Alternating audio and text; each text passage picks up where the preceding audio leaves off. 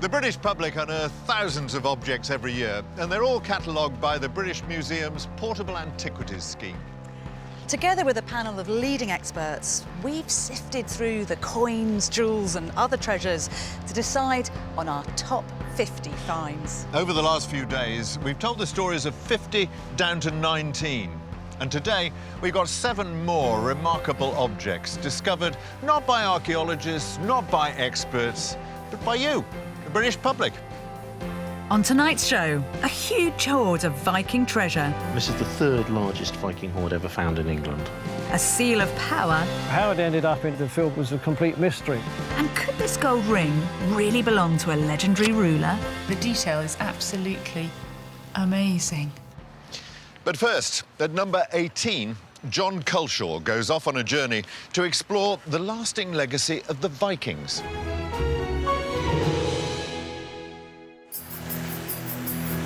In 2011, company director Darren Webster carefully dug up the 3rd largest Viking hoard ever found in Britain.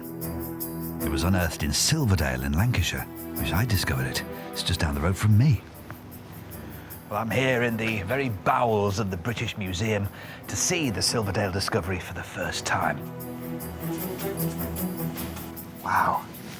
So this then is the Silverdale Hoard right here. Yes, probably the most spectacular thing in the entire hoard is this little group of arm rings. Anyone taking a look at you would know that you had earned these probably in battle or something like that. When does this date from? The coins give us that tighter date of 900 to 910 or thereabouts. I'm just imagining the moment they were discovered, and you'd just be utterly just amazed and euphoric and just staggered. I think it was probably a pretty special moment, yeah.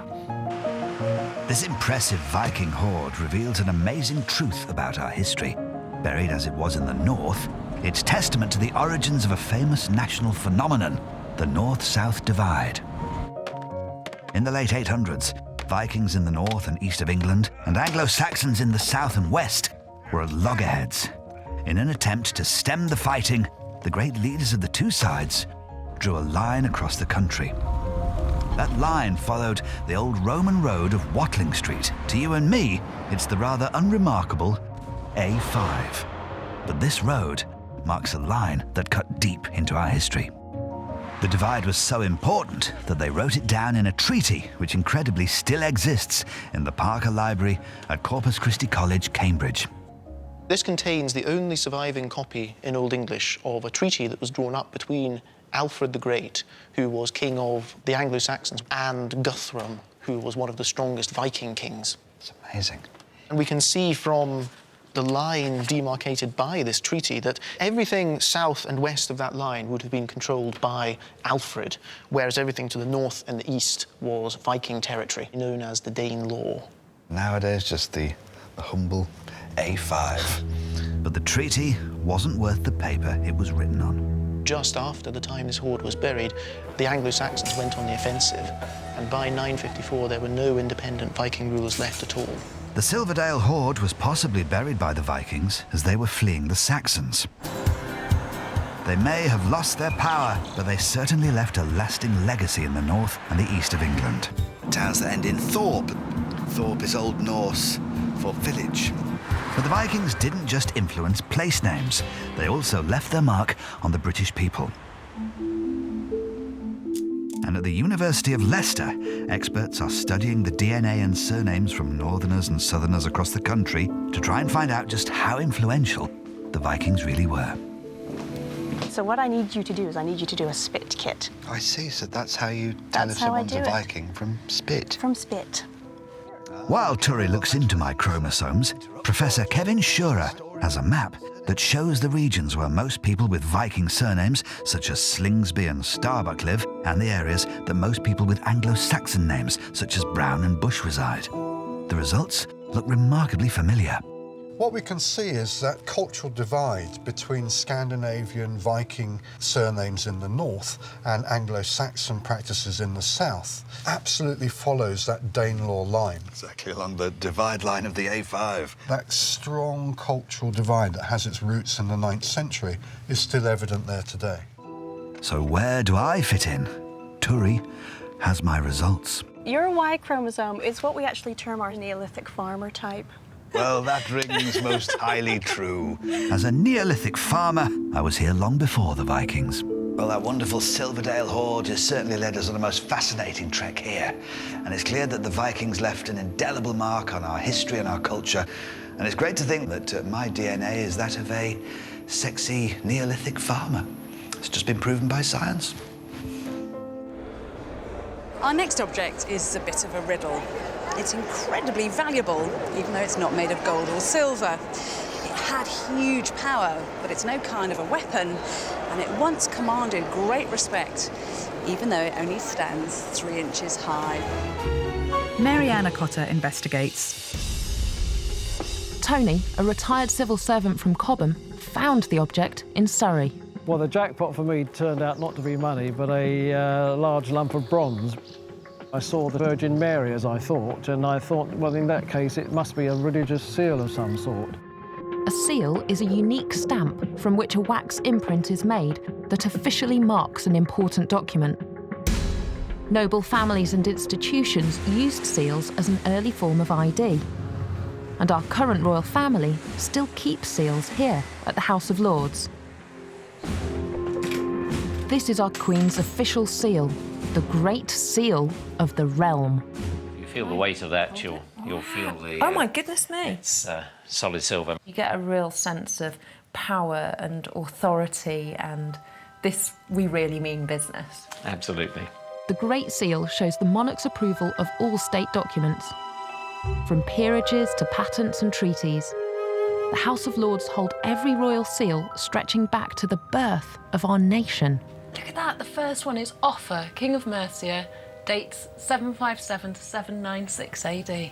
So seals were that important? That important, yes. That if the royal seal were lost or destroyed, government Yes. would come to a stop? That's right.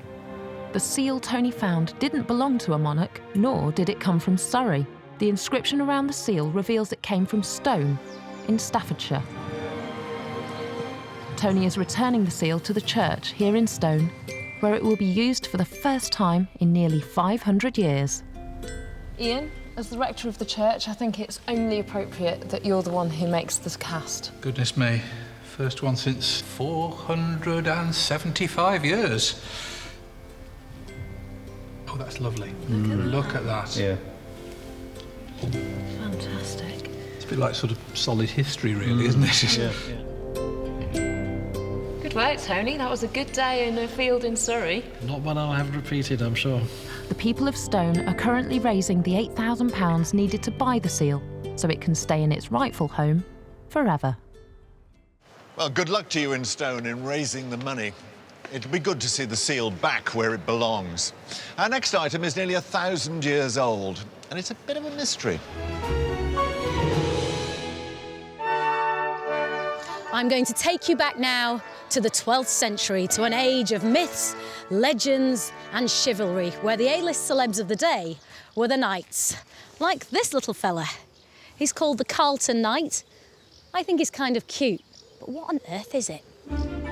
A finder who wishes to remain anonymous stumbled upon him in a Nottinghamshire back garden, and he's now housed at the Bassetlaw Museum.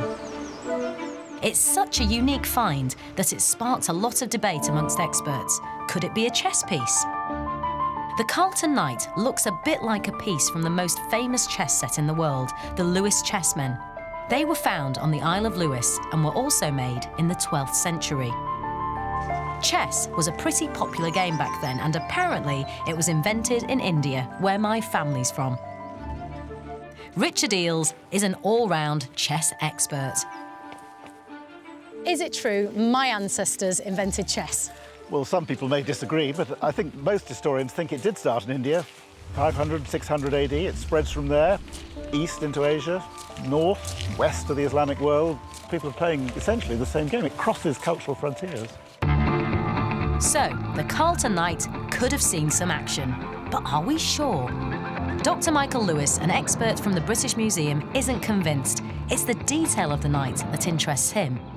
I want to know how important the knights were in the 12th century. They're really important. They were the closest people to the king, and the king gave them great wealth, so they would have estates and land. So everyone wanted to be them, maybe women wanted to marry them, they earned loads of money. Sounds like footballers. They're probably quite similar. So it could be a chess piece, or it might just be a simple figure of a knight. I happen to have the Carlton Knight Wow. right here. Yeah. Perhaps the little fella himself can shed some light. I think that not only do we think it looks like a chess piece, I think people in the 12th century would have said it looks like a chess piece. It's not a chess piece, in my opinion. In looking at the fixing here on the bottom, you can see that it was attached to something else. So why has it made it into the top 50, Michael? Objects from this period are really, really rare finds by the public. So I think that's really does it for me. It's a wonderful portrait of a medieval knight. It tells us a lot about the lifestyle of knights and nobles in the 12th century, and it's a brilliant little thing. Perhaps the mystery of what it was actually used for will never be solved. But what do you think? Is he a chess piece or not? There's less debate about what our next object is. At number 15, it's a stunning set of gold jewellery buried in the earth 2,000 years ago.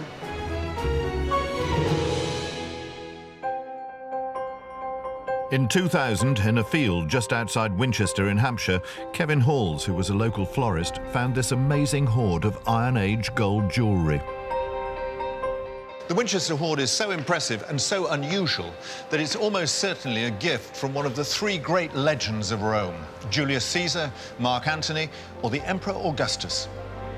It was acquired by the British Museum for £350,000. Join us after the break when a gold ring reveals a remarkable history. A necklace sheds light on Scotland's early links to Europe. And one of the oldest boats in the world is a clue to our ancient trading routes. We're counting down the top 50 objects discovered by the British public. Some of the items on our list are so important, they rewrite the history books, like this mysterious goddess. In 2002, ex-Fleet Street photographer Alan Meeks found a unique figurine along with 27 gold and silver plaques in a field in Ashwell, Hertfordshire. Expert Ralph Jackson took me to see them on display here at the British Museum. This is a pretty gorgeous collection of stuff. It is fantastic. This is the largest number of gold plaques of this kind from anywhere in the Roman Empire, and there is a figurine which shows a goddess who we never knew anything about before. How fantastic. So she's a new goddess. A new goddess for Rome and Britain. She's got no face, I see. She's a faceless goddess, which is very appropriate because, of course, we know very little about her, but we do know that her name is Senuna. It's just possible that this was some sort of friction between pagans and Christians that made somebody, the priest, hide these objects in the ground at a time of stress. Amazing. Well, I think Alan did pretty good. It's not a bad life's work to discover a new goddess. Exactly. So Alan's find in a field has rewritten history. It's amazing what you can stumble across. Our next object is what everybody wants to find. Not just real gold treasure, but a proper ancient mystery. Helen Geek investigates. This is the Northwest Essex ring, and the finder couldn't believe his luck when he uncovered this 7th century gem in a field in northwest Essex. Barry Ager is one of the curators studying the ring here at the British Museum. Gosh, it's just so big, isn't it? And solid gold. The detail is absolutely amazing.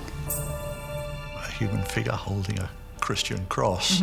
There are features such as the two birds, but also the figure may be a pagan deity. Perhaps this is Woden. Woden was the most powerful Anglo-Saxon pagan god. He was associated with war and death and accompanied by 2 ravens. So if that is Woden and he's carrying a cross very deliberately, that is really extraordinary. If this is a mix of pagan and Christian iconography, that's really mind-blowing.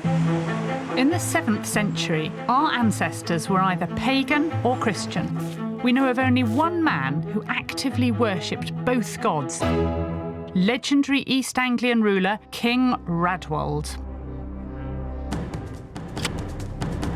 70 years ago, a ship was discovered in a burial mound at Sutton Hoo in Suffolk. Thought to be King Radwald's, it is one of the greatest archaeological finds of all time.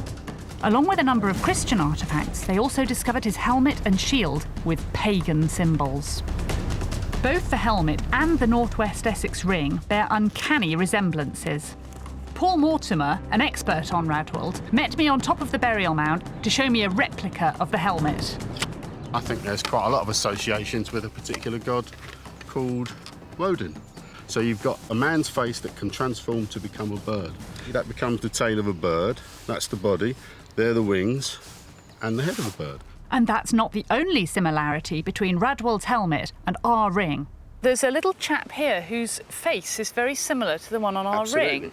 And this ring is the kind of thing that would be owned by a king, and it's in his kingdom. Certainly we know that important people from East Anglia who were buried in boats sometimes had rings. Yes, but there isn't one. No, there isn't one here, is there? And true. Why is that? Was it maybe that he lost it? Perhaps he did. Surely it's got to be his. I'm completely convinced. It's amazing that we might have found King Radwald's ring. Further research will be needed, but if it is his ring, this find will be an extraordinary addition to the world-famous treasure of Sutton Hoo. The treasures that you found have often stretched and sometimes even baffled academics, and none more so than our next find from Scotland.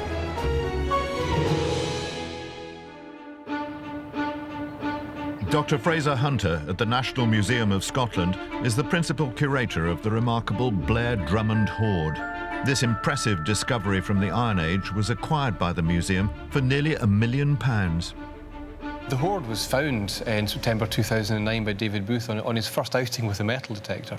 He turned it on, walked 7 steps from his car, and bing, there it was.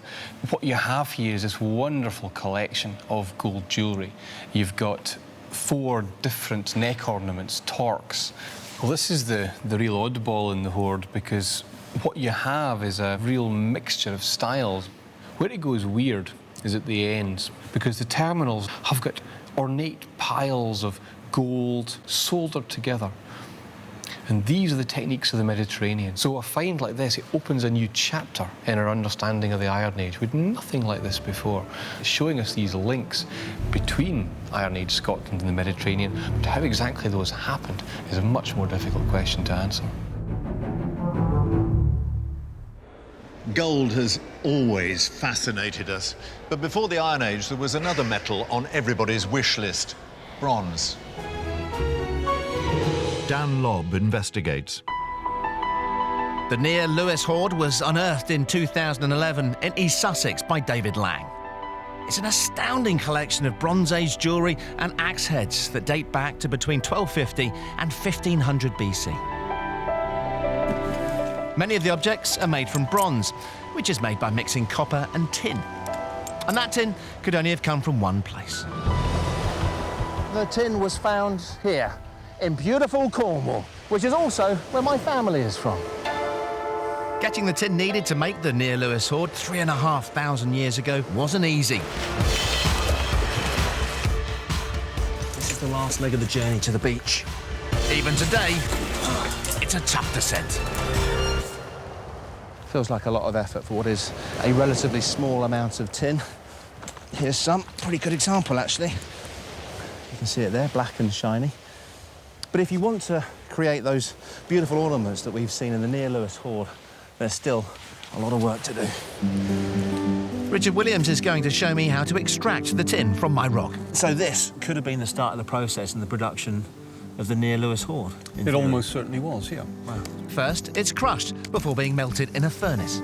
We'll add your material to it. OK, cool. Then all we have to do is wait. Do we think it's ready now, Richard? And in fact, the tin's still molten at the bottom.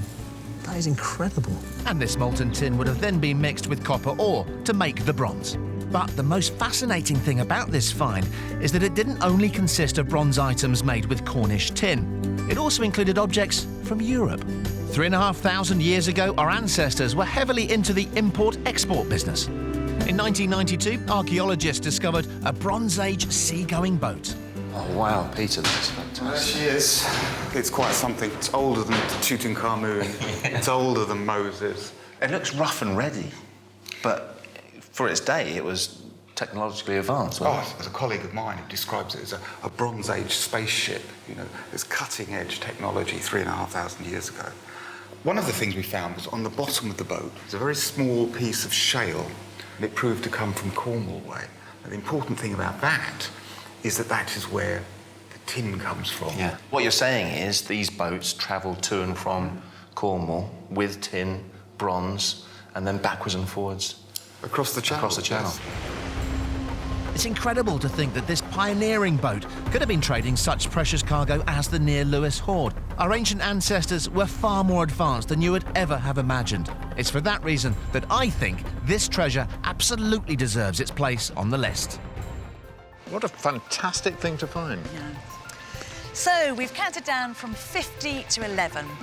Each object offering us a unique insight into how we once lived. And on Sunday, it's the big one, the top 10 secret treasures. I hope you join us then. Still to come, the story of a 4,000-year-old gold cup. Wonderful to hold that and think that is 3,500 to 4,000 years old. A ceremonial Roman helmet, and revealing the #1 treasure found by you, the public.